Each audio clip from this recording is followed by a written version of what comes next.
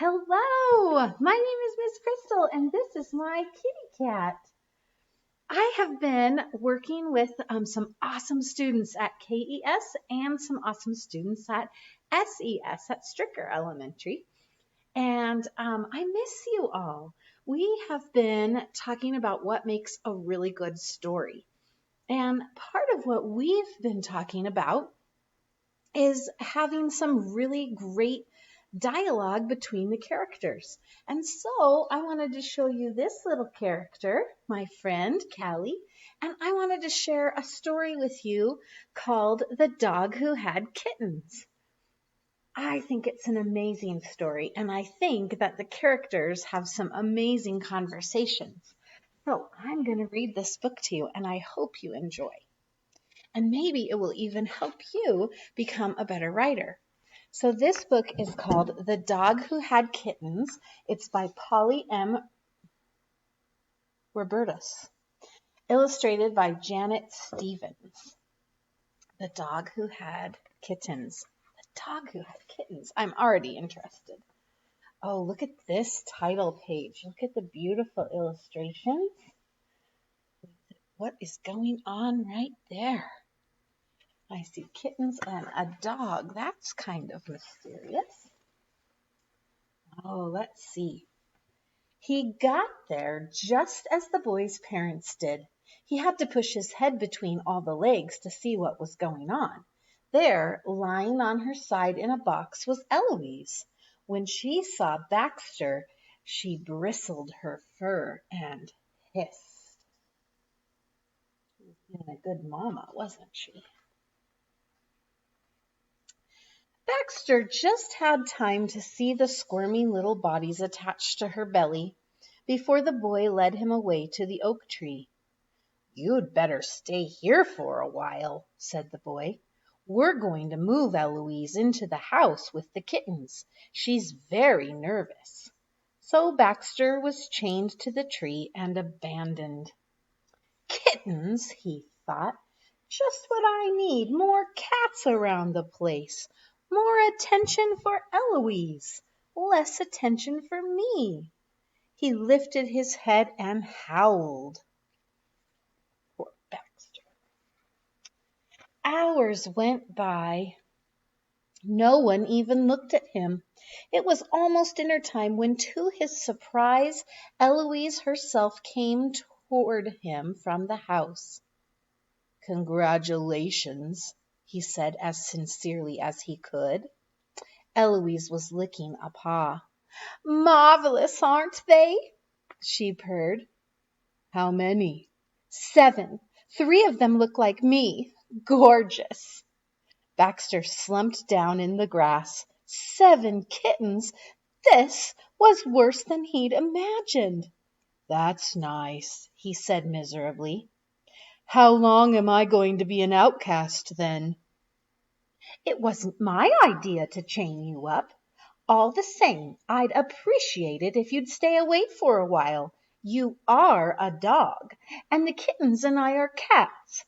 I know you for a very good fellow, but I must warn you, don't come near my kittens." And she stalked off toward the house.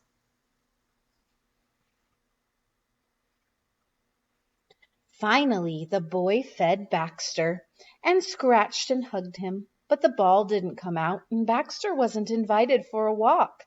Worst of all, Baxter had to go to bed in the garage. It went on like that for 3 days.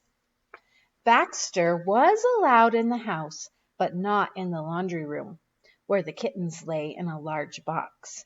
He could hear their thin cries from time to time. One day the family left the house, but didn't quite shut the laundry room door. Baxter nosed it open and pushed inside. He could hear the kittens crying. Eloise was nowhere in sight. Baxter hung his head over the side of the box and had a good look. Suddenly he didn't feel a bit jealous. "They're so tiny," he thought. "Their eyes aren't open, and they can't even hold their little heads up for a walk. The mewing babies seemed to be searching. Their cries were the most pitiful sounds Baxter had ever heard. Suddenly, Baxter was furious with Eloise. Where was she? What right had she to leave her babies alone like this? When had they last eaten? Baxter began to pace around the room. The kitten's cries grew louder. Oh, why doesn't anyone come? He thought desperately. Oh, look at this. Oh, what's happening? Finally, he went back to the box. The kittens were in a ball in one corner. Delicately, Baxter stepped into the box. He lay down carefully, taking most of the extra space. The kittens sensed his warmth and began to pull themselves toward him, crying louder than ever. Blindly, they stumbled and tumbled over each other until they were between his front paws. Little muzzles scouted his fur, little mouths sucked at his legs and neck, little paws with needles massaged him. Baxter was afraid to move for fear of crushing one of them. He held still for a long time. At last the kittens fell asleep. He sniffed and poked them gently with his big nose.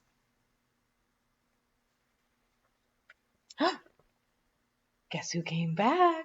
Let's see what happens. All at once he felt happier than he'd ever felt before. I did it, he thought. I helped them. They feel safe now. This is wonderful. Suddenly there was Eloise with eyes like embers. Eloise gave him a hard look, leaped into the box, and began at once to sniff and push the kittens. They began to waken and cry. Get out, Eloise said. Baxter climbed carefully out of the box. I didn't hurt them. I can see that, but it's feeding time. You're in the way. Past feeding time, Baxter said, remembering his anger. Poor little mites, crying and crying. And where were you then? None of your business. And don't think I don't know my business. Kittens are always hungry, they think. I have to get away from time to time. Baxter looked at Eloise. The kittens were suckling. A pretty sight, he said humbly. Once the family realized that Eloise trusted Baxter around the kittens, everyone relaxed. He could come and go as he liked. To everyone's surprise, he spent most of his time with the kittens.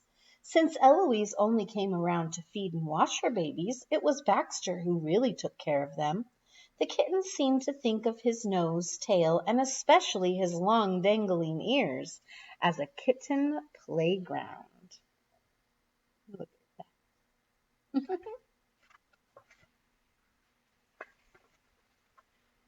When Baxter got home, he lay down and gave his mitt a thorough chew. Oh dear, I skipped a page. That is called self-correcting, students. So I noticed that it seemed strange that it said when Baxter got home because I didn't remember him leaving home. So I turned backwards. And sure enough, I missed a couple of pages. So here we go where we left off. Baxter was with the kittens when they opened their eyes and when they began to walk. When they first learned how to climb out of the box, he nearly went crazy trying to keep track of them. He'd forgotten about his old life until one day, when the kittens were several weeks old, the boy came downstairs whistling and tossing a ball. Come on, Baxter, let's go to the field, he called. Baxter, suddenly remembering old times, ran outside and trotted happily alongside the bicycle. They played fetch and then went into the woods nearby. Baxter dug up a rotting catcher's mitt, and to his joy, the boy let him keep it.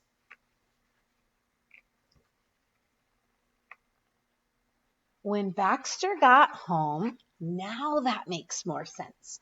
When Baxter got home, he lay down and gave his mitt a thorough chew. Out of the corner of his eye, he saw Eloise vanishing through her cat door. Suddenly, he remembered the kittens. Baxter raced to the house, nosed open the door, and skidded across the kitchen linoleum into the laundry room. The box was empty. Sniffing, Baxter searched for the kittens, but he couldn't find a single one. Neither could he hear them. Oh, where could they be? He sat down and howled.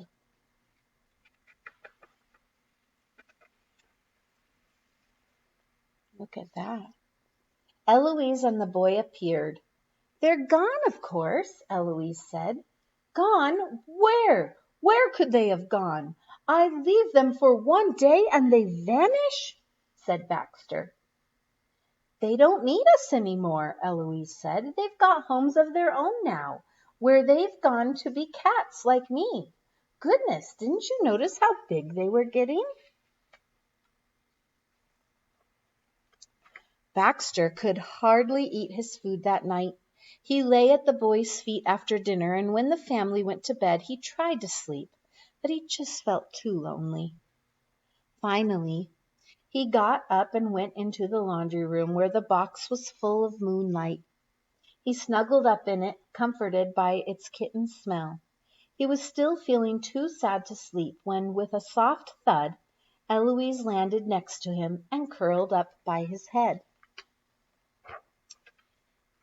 It occurs to me that I never did thank you for all your help, she said.